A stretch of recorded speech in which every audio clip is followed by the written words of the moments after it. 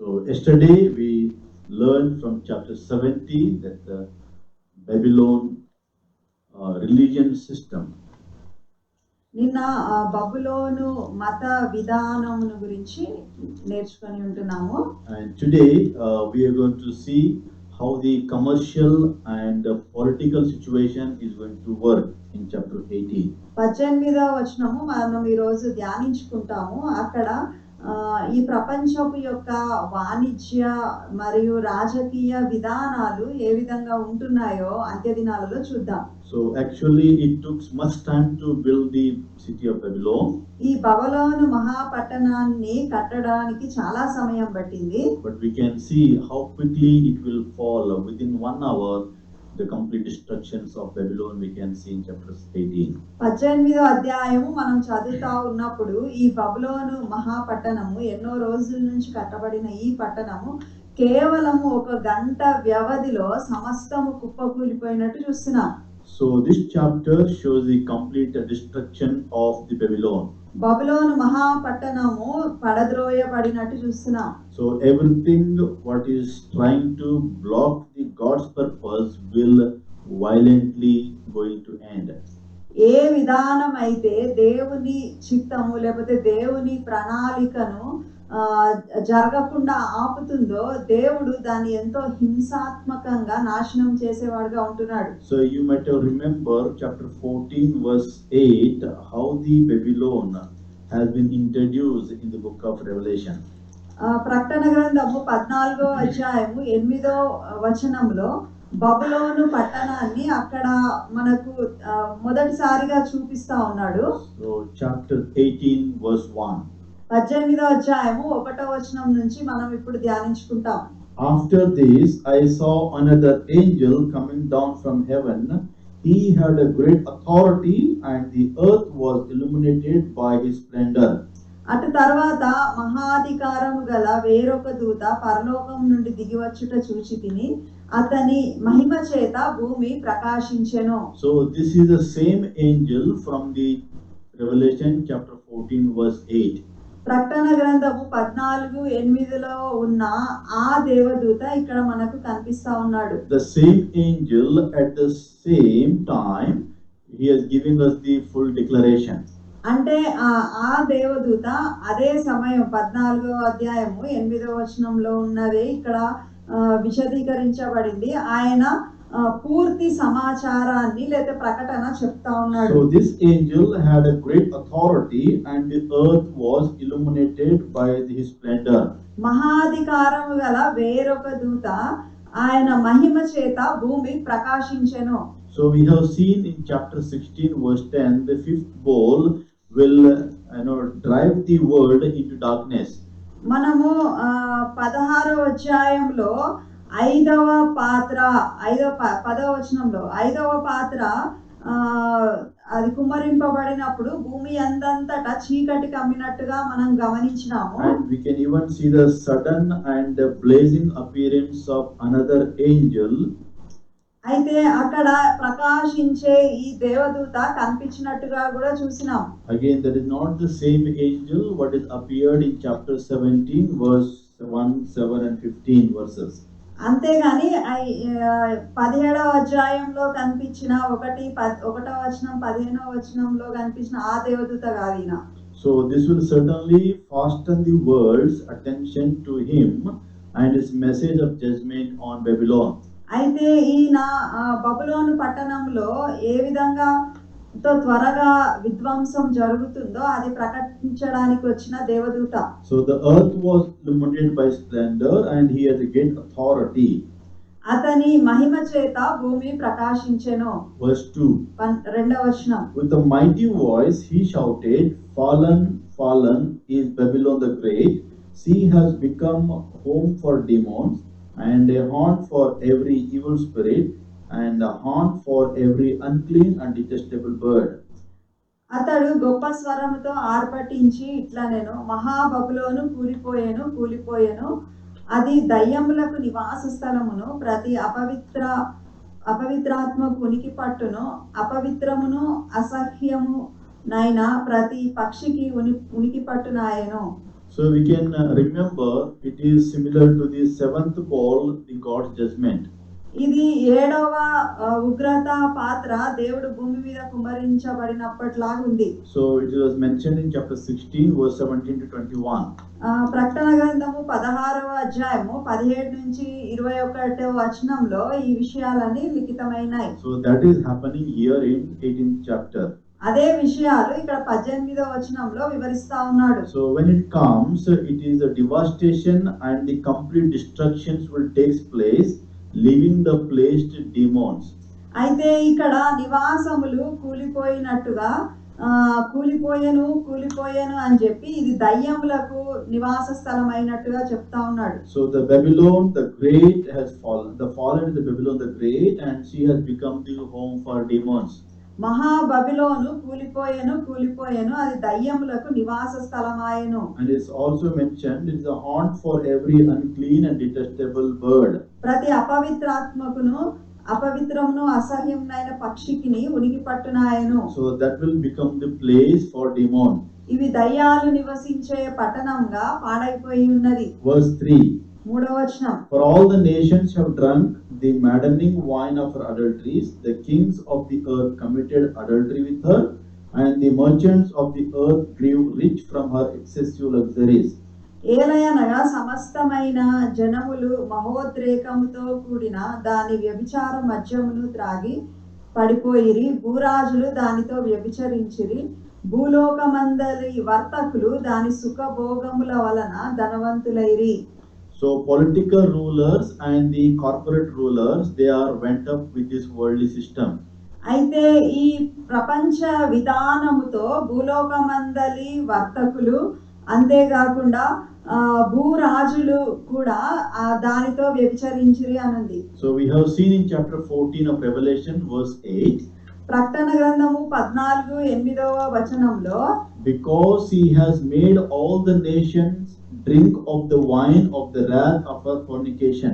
మహోద్రేకముతో కూడిన తన వ్యభిచార మద్యమును సమస్త జనములకు త్రాగించిన ఈ మహా బబులోను కూలిపోయేను అని చెప్పెను. So for all the nation have drunk and maddening wine of her adulteries. అయితే ఈ ప్రపంచ సమస్త జనములు ప్రపంచంలో ఉన్న దేశాలన్నీ కూడా దాని వ్యభిచార మద్యమును తాగినారు.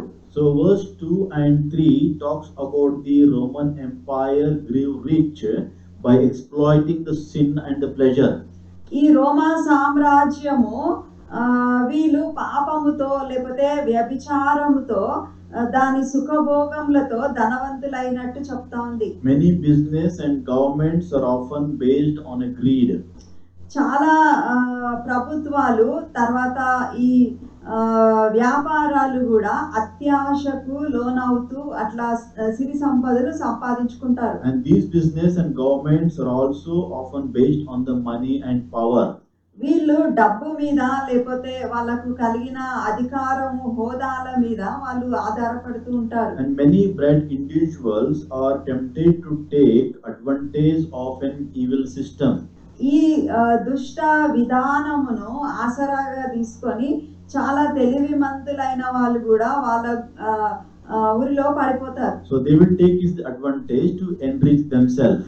దీన్ని ఆసరాగా తీసుకొని వాళ్ళు ధనమును సంపాదించుకుంటారు. But as a Christian, the Lord has already given the warning for us. మనము క్రైస్తవులము, మనకు దేవుడు వాక్యం నుంచి అనేక హెచ్చరికలు ఇచ్చి ఉన్నాడు. Christians are warned to stay free from this lure of money. ఈ డబ్బులు ఆశ లేకపోతే డబ్బుల వలలో పడొద్దని దేవుడు మనకు ఆజ్ఞాపించి ఉన్నాడు. So we have to be free from the status and the good life on this earth. ఈ భూమి మీద మంచిది అనే చెప్పబడే ఆ జీవితము లేకపోతే ఒక స్థాయికి ఎదగాల అన్న కోరికలు మనము కలిగి ఉండరాదు. So we have to live according to the Christ values. యేసుక్రీస్తు ప్రభుల వారు మనకు ఉంచిన ఆయన ఉంచిన మనకు చూపించిన దారిలో మనం వెళ్తూ ఆయనకు తగినట్టుగా మనం ఉండాలి. So we have to show the Christ examples in our service. యేసుక్రీస్తు ప్రభువు ఏ మాదిరిని మనకు ఉంచి ఉన్నాడో ఆయన మాదిరి తీసుకొని మనం ఆ విధంగా జీవించాలా. We have to show Christ examples in our giving. మనము ఇచ్చే వారముగా ఉండాలా. యేసుక్రీస్తు ప్రభుల వారు ఏ విధంగా ఆయన సేవను చేసి ఉన్నారో ఆ విధంగా మనం జీవించాలా. Show the Christ examples in the self-sacrifice. మన స్వంతాన్ని త్యాగం చేసుకొని మనము ఇతరుల కొరకు జీవించాలా. And also we need to show these Christ examples in our obedience and in truth. మనము విధేయత చూపించడంలో, అంతేకాకుండా సత్యముగా న్యాయముగా జీవించుటలో యేసుక్రీస్తును మాదిరిగా తీసుకోవాలా. So we have seen the kings of the earth committed adultery with her, and all the merchants of the earth grew rich from her excessive luxuries. ఇక్కడ సమస్తమైన జనములు మహోద్రేకముతో కూడిన దాని వ్యభిచార మద్యములు తాగి పడిపోయిరి. భూరాజులు దానితో వ్యభిచరించిరి. భూలోకమందరి వర్తకులు దాని సుఖభోగముల వలన ధనవంతులైరి. So verse 4 to 8. 4 నుంచి 8 వరకు చూస్తే, Then I heard another voice from heaven say, Come out of her, my people, so that you will not share in her sins, so that you will not receive any of her plagues. మరియు ఇంకొక స్వరము పరలోకం నుండి ఇలాగ చెప్పగా వింటిని, నా ప్రజలారా, మీరు దాని పాపములలో పారివారు కాకుండునట్లును దాని తెగుళ్లలో ఏదియు మీకు ప్రాప్తింపకుండునట్లును దానిని విడిచిరండి. So verse 4 says there is another voice from heaven. ఇక్కడ ఇంకొక స్వరము పరలోకం నుంచి వస్తా ఉంది. It's saying that come out of her, my people, so that you will not share in her sins, so that you will not receive any of her plagues.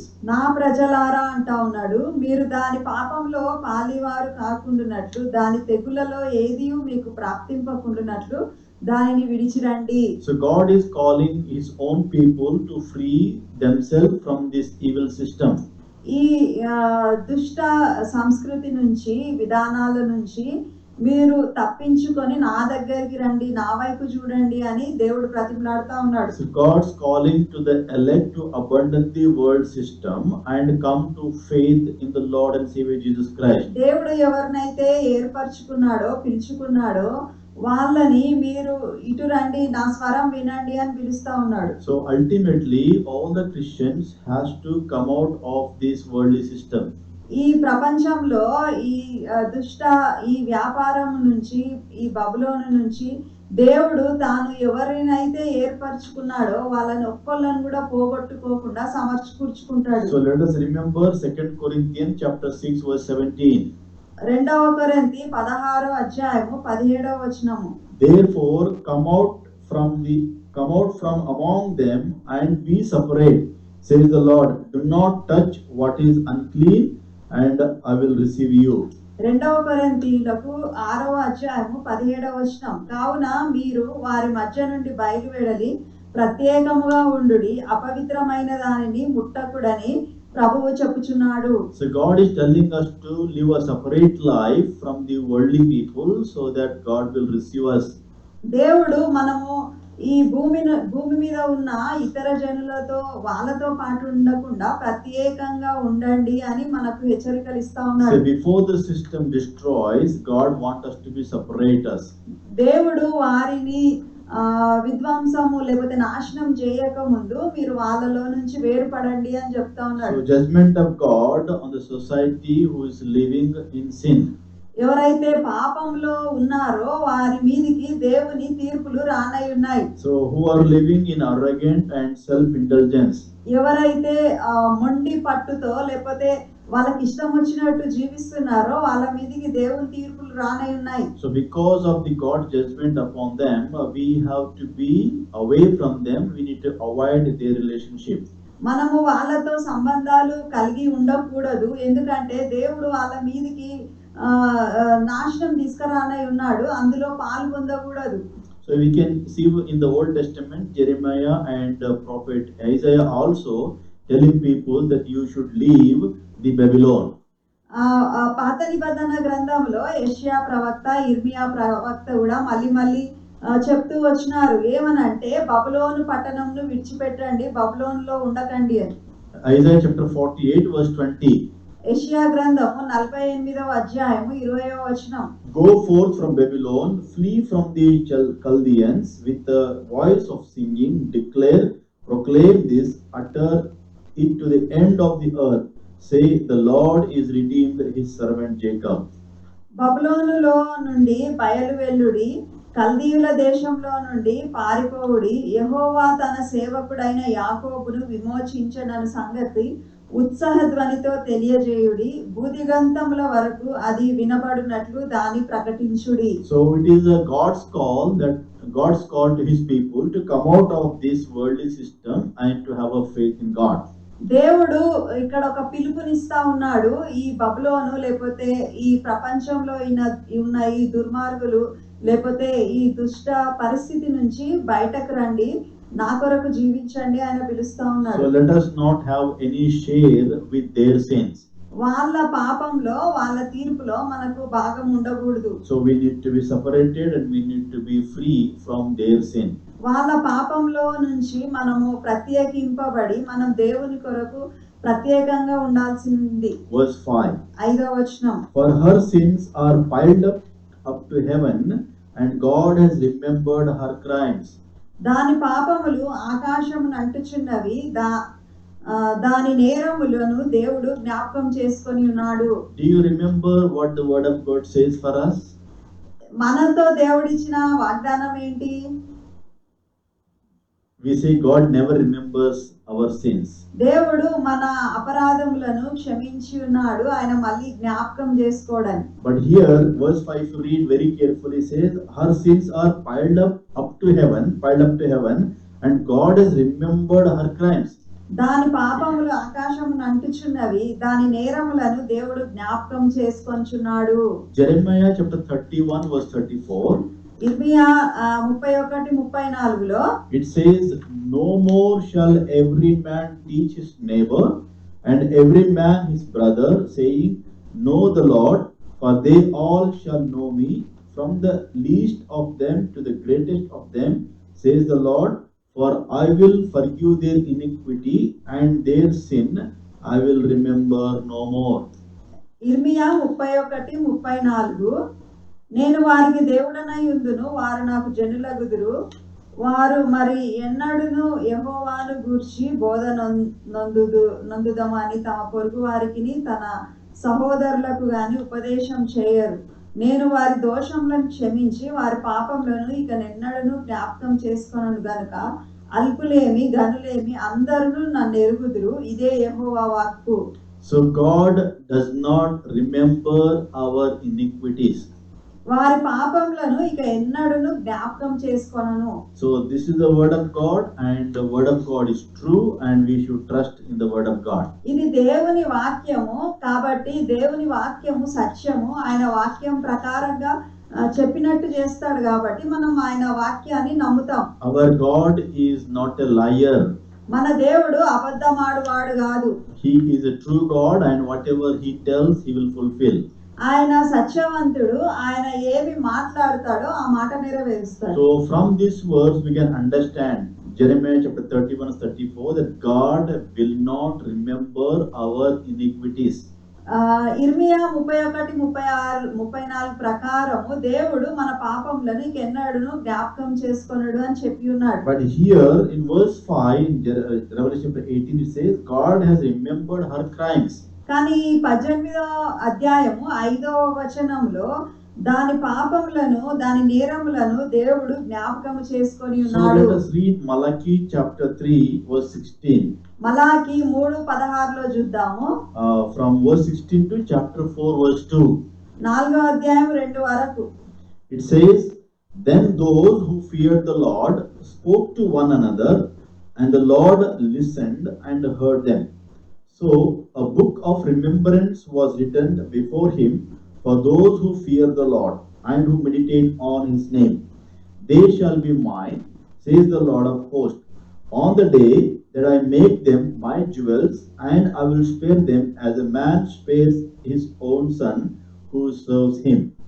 Then you shall again discern between the righteous and the wicked, between one who serves God and one who does not serve him. For behold, the day is coming, burning like a oven, and all the proud, yes, all who do wickedly will be stubble, and the day which is coming shall burn them up, says the Lord of hosts, that will leave them neither root nor branch. But to you who fear my name, the Son of Righteousness shall arise with the healing in his wings, and you shall go out and grow fat like stall-fed calves. మలాకి 3:16 నుంచి 4వ అధ్యాయం 2వ వచనం వరకు, నేను వారికి దేవుడనై ఉందును, వారు నాకు జనులగుదురు, వారు మరి ఎన్నడూను యెహోవాను గూర్చి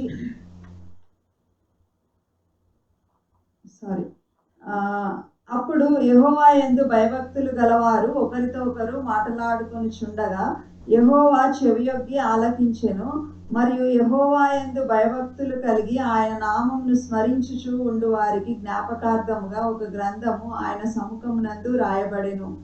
నేను నియమింపబో దినము రాగా వారు నా వారై నా స్వకీయ సంపాద్యమై ఉందురు.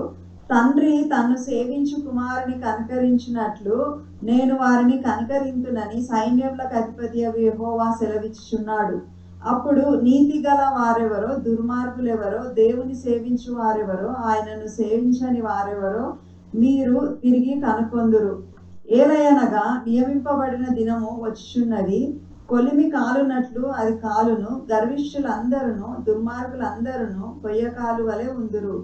వారిలో ఒకనికి వేరైనను చిగురైనను లేకుండా రాబోవు దినము అందరినీ కాల్చివేయునని సైన్యములకు అధిపతియగు యెహోవా సెలవిచ్చుచున్నాడు. అయితే నా నామమందు భయభక్తులు గలవారగు మీకు నీతి సూర్యుడు ఉదయించును, అతని రెక్కలు ఆరోగ్యం కలగజేయును గనుక మీరు బయలుదేరి క్రొవ్విన దూడలు గంతులు వేయినట్లు గంతులు వేయుదురు. So here we can see that God remembers in order to protect his people. దేవుడు తన ప్రజలను జ్ఞాపకం ఉంచుకునేవాడు, అందుకే వారిని భద్రం చేసుకునేవాడు. So here the God remembers her crime so that he will save his people. అయితే ఇక్కడ బబులోను పాపములను వాళ్ళ అపరాధములను ఆయన జ్ఞాపకం చేసుకున్నాడు, ఎందుకంటే తన బిడ్డలను సమకూర్చడానికి. So unrepentant Babylon, there will be no such forgiveness that God has given to that place. అయితే ఈ పశ్చాత్తాపము పొందని ఈ బబులోనుకు దేవుడు ఏ విధమైన రక్షణ లేకపోతే వాళ్ళను భద్రపరిచే విధానము దేవుడు ఆలోచించాడు. So God is already declared judgment on this unrepentant Babylon. ఈ బబులోను, ఈ మహా బబులోను, పశ్చాత్తాపపడని ఈ బబులోనుకు దేవుడు అప్పటికే తీర్పు తీర్చి ఉన్నాడు. So verse 6, 6వ వచనం, give back to her as she has given, pay her back double what she has done, mix her double portion from her own cup. అది ఇచ్చిన ప్రకారము దానికి ఇయుడి, దాని క్రియల చొప్పున దానికి రెట్టింపు చేయుడి, అది కలిపిన పాత్రలో దాని కొరకు రెండింతలు కలిపి పెట్టుడి.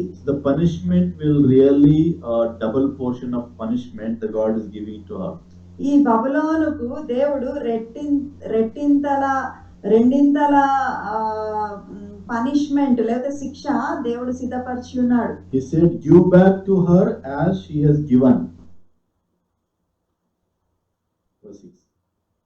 అది ఇచ్చిన ప్రకారము దానికి ఇయుడి. Exodus chapter 21 verse 24. నిర్గమకాండము 21:24లో It says, eye for eye, tooth for tooth, hand for hand, foot for foot. కంటికి కన్ను, పంటికి పళ్ళు, చేతికి చెయ్యి, కాలికి కాలు. So Old Testament law has to be fulfilled. పాత నిబంధన గ్రంథంలో ఉన్న ధర్మశాస్త్ర ప్రకారము ఇది నెరవేర్చవలసి ఉన్నది. And that will be implemented. అయితే అది ఇక్కడ నెరవేరుస్తా ఉన్నాడు దేవుడు. Romans chapter 12 verse 17-21.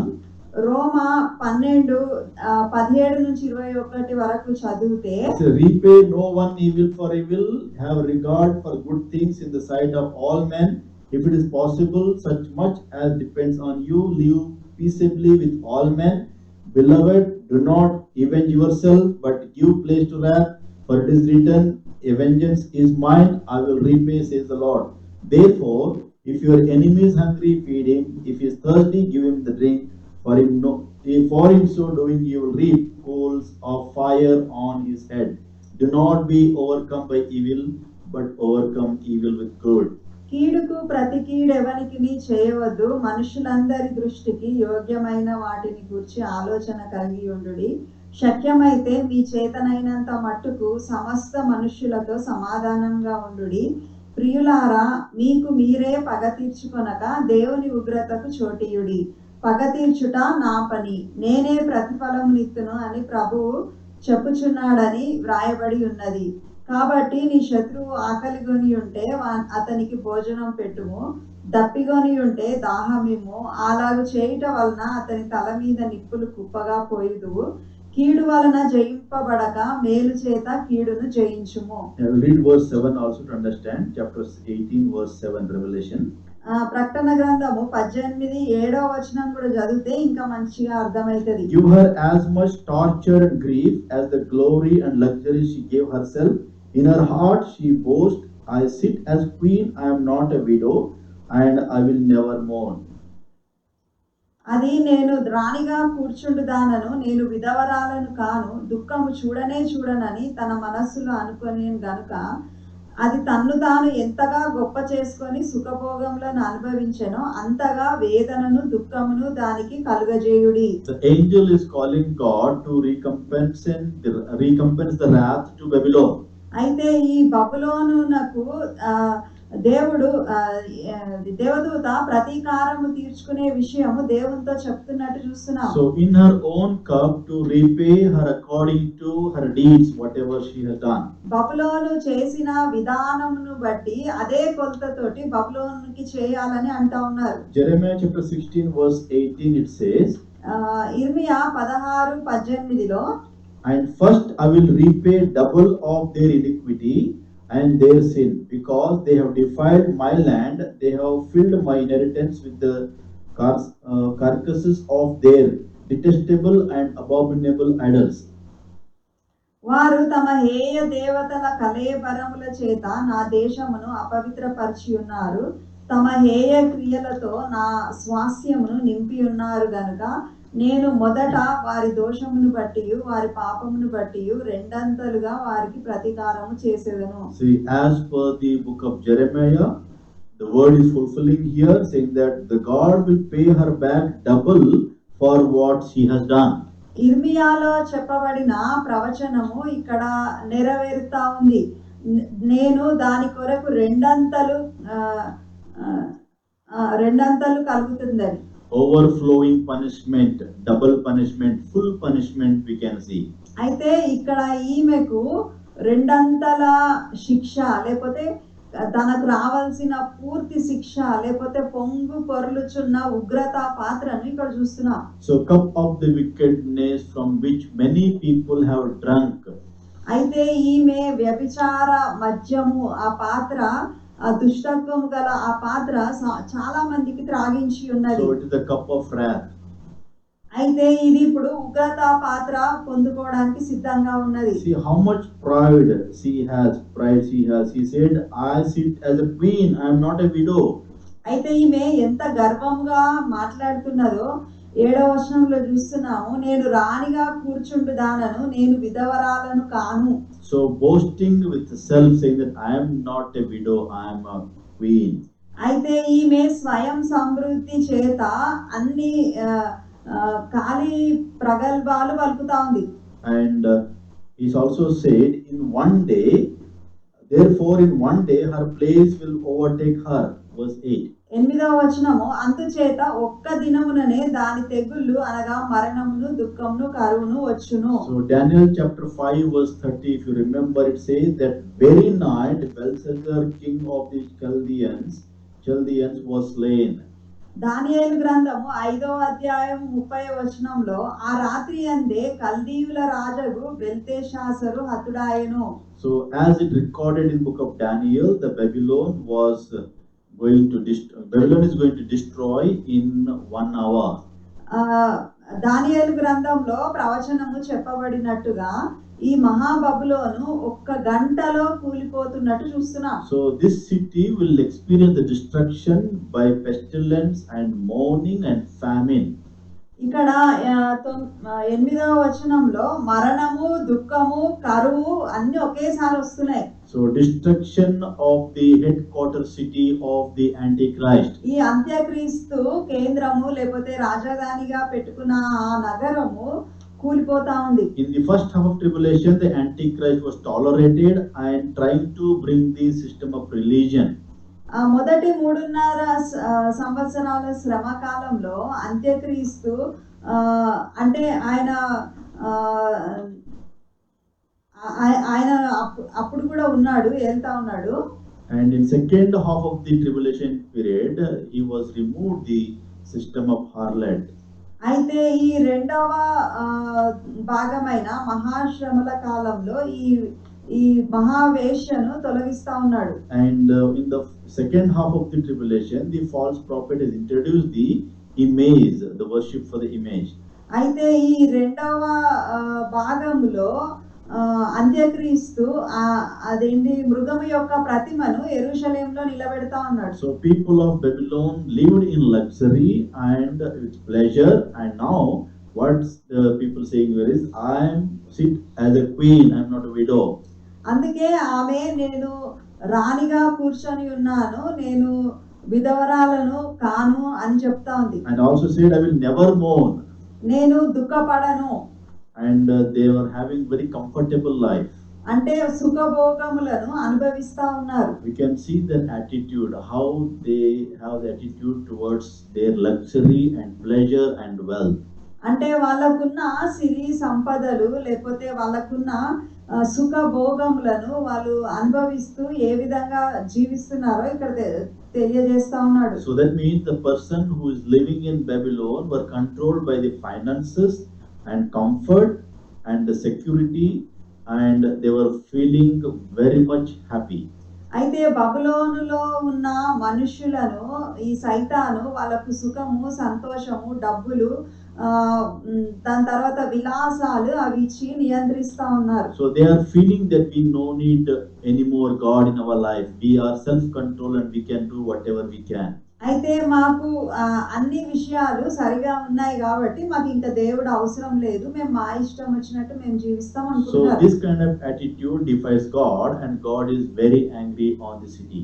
ఇట్లాంటి పరిస్థితులలో మనుషులు ఉంటే దేవునికి చాలా కోపము రేపే వాళ్ళుగా ఉంటాడు. దేవుడు అప్పుడు ఆ పట్టణాన్ని నాశనం చేయడానికి వస్తాడు. And his judgment is very harsh towards the city. ఇట్లాంటి పట్టణాలు, ఇట్లాంటి వైఖరి గల జనుల మీద దేవుడు కఠిన శిక్షను తీసుకొని వస్తాడు. So as a Christian, we have to be careful about this kind of system where we are living.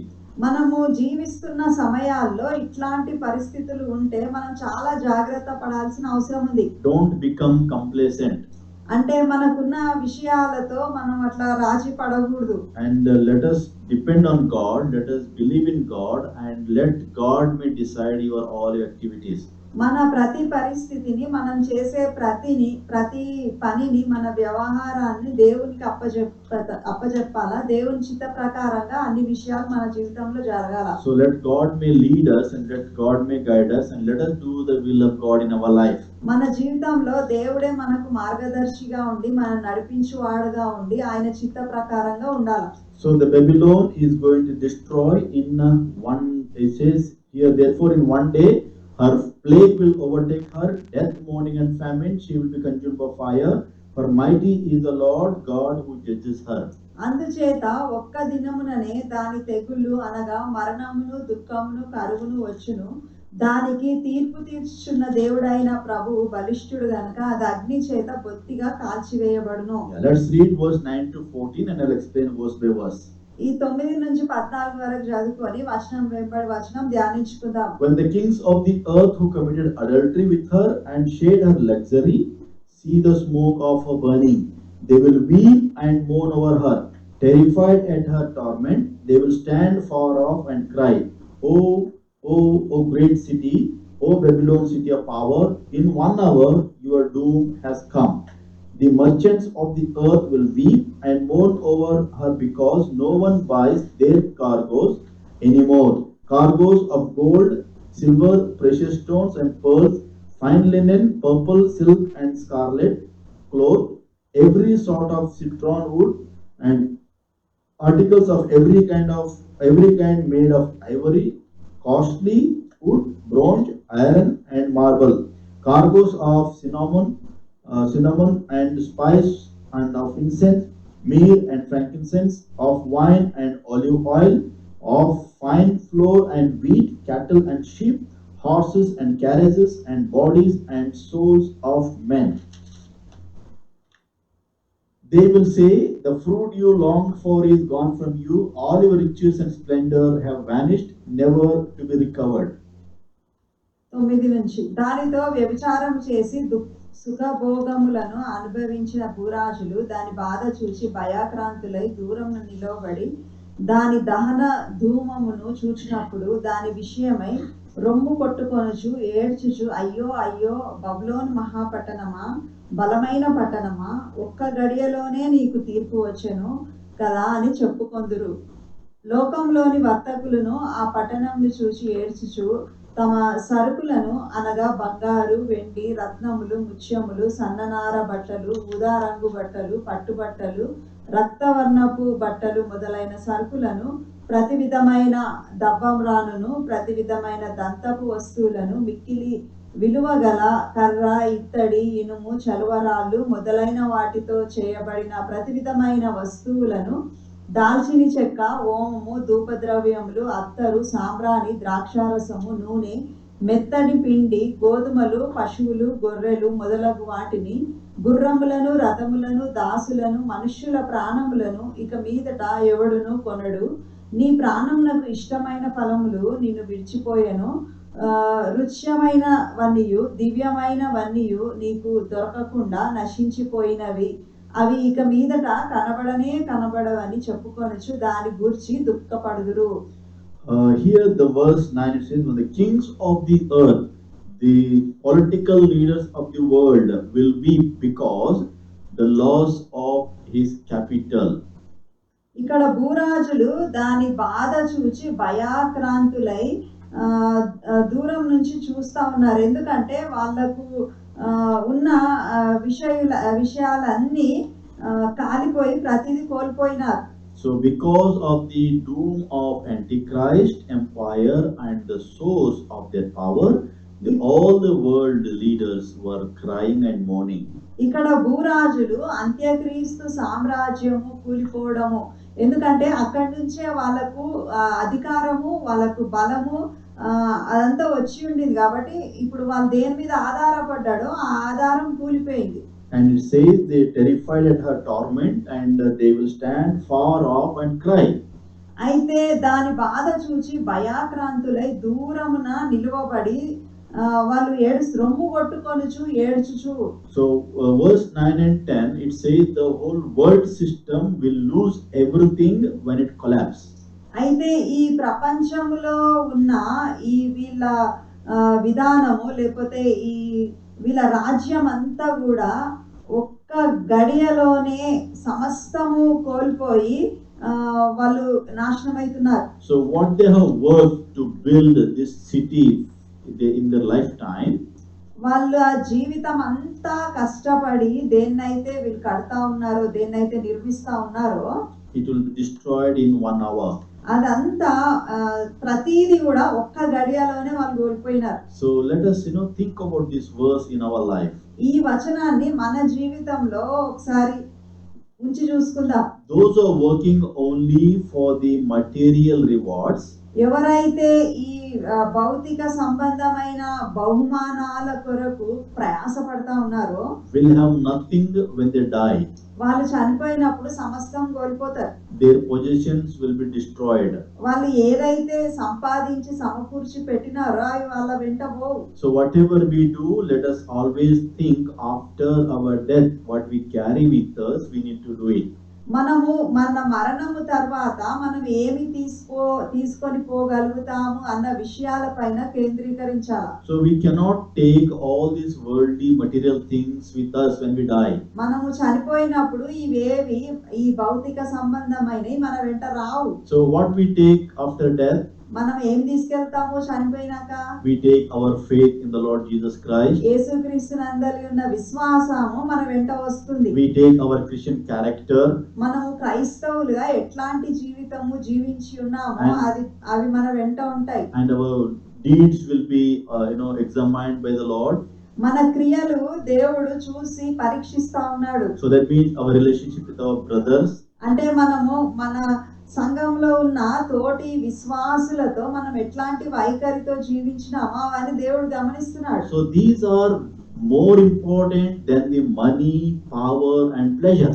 ఈ భూమి మీద మనకు వచ్చే ఈ డబ్బులు లేకపోతే ఈ సుఖ సౌకర్యాలు లేకపోతే మనకు వచ్చే అధికారాల కంటే కూడా మనము క్రైస్తవులుగా ఎట్లాంటి జీవితము జీవిస్తున్నామో అది చాలా important. So the destruction of the religion system is permanent. అయితే ఈ దేవుడు ఏదైతే నాశనం చేస్తున్నాడో వీళ్ళ తప్పుడు మతము లేకపోతే వీళ్ళ రాజ్యాన్ని నాశనం చేస్తున్నాడో అది ఎప్పటికీ అట్లా నిలిచిపోతుంది. So those who are in control of various parts of the economic system, వివిధ వాణిజ్య విషయాలలో ఎవరైతే ఉంటున్నారో they will mourn at Babylon's fall.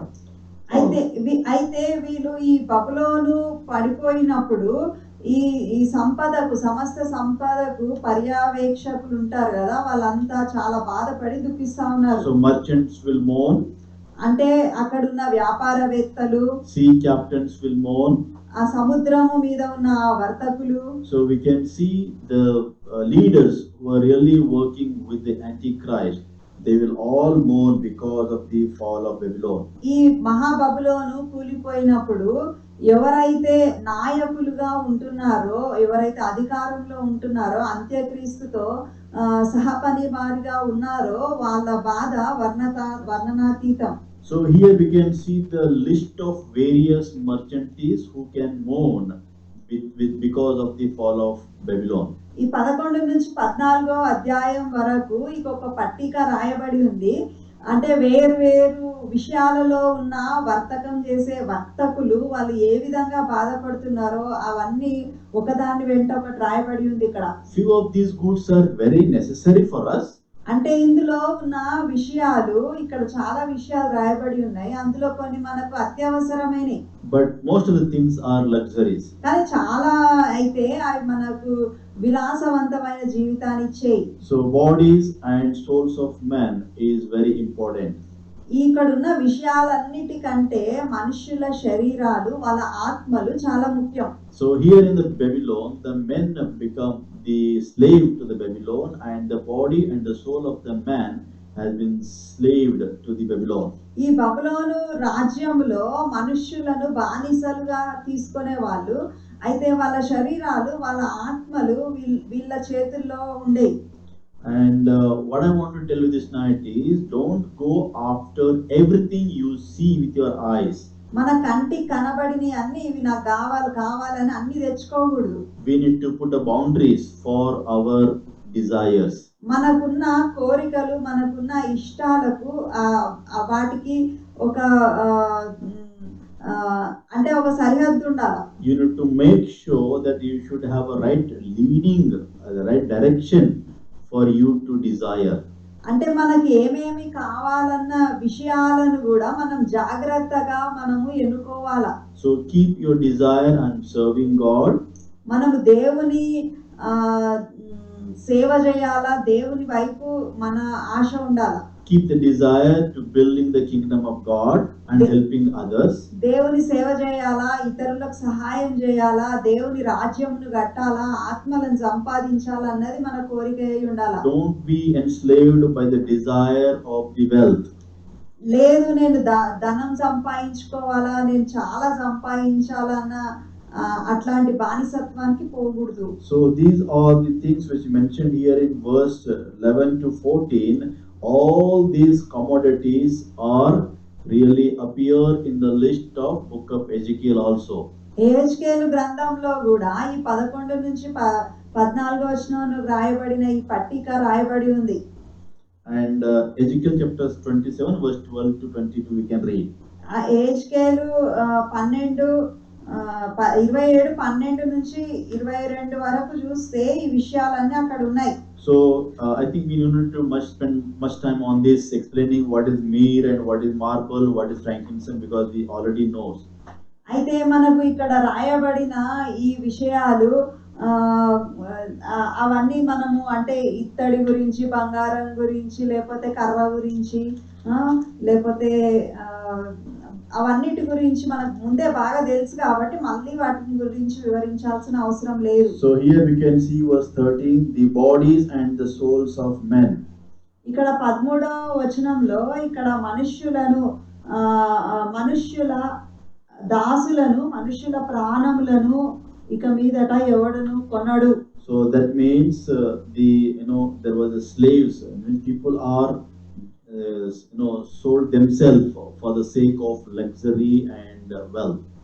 ఇక్కడ ఈ మనుష్యులు ఇక్కడ వాళ్ళ కలిగే సుఖభోగాల కొరకు తమ్మును తాము బానిసలుగా అమ్ముకున్నట్టుగా మనం చూస్తున్నాం. So let us understand that our desire should be limited with the boundaries and always have the desire to do the great things for God and the characters of Christ and to keep God first in our desires. మన జీవితంలో దేవునికి మొదటి స్థానం ఇచ్చి ఇవన్నిటి పైన దృష్టి ఉంచకుండా దేవుని పైనే దృష్టి ఉంచడం మంచిది. So I think from tomorrow we'll go a little faster to finish this book of Revelation within a week. రేపటి నుంచి ఒక వారం లోపల ప్రకటన గ్రంథము అవగొట్టాలని అనుకుంటున్నాము. So we will stop now and we'll be back tomorrow with the next Facebook live of this series beginning with chapter 18 and verse 14. రేపటి దినాన ఇదే సమయంలో ఫేస్బుక్ లైవ్ లో ప్రకటన గ్రంథము 18, 14 నుంచి ధ్యానించుకోవడానికి మళ్ళీ కలుసుకుందాం.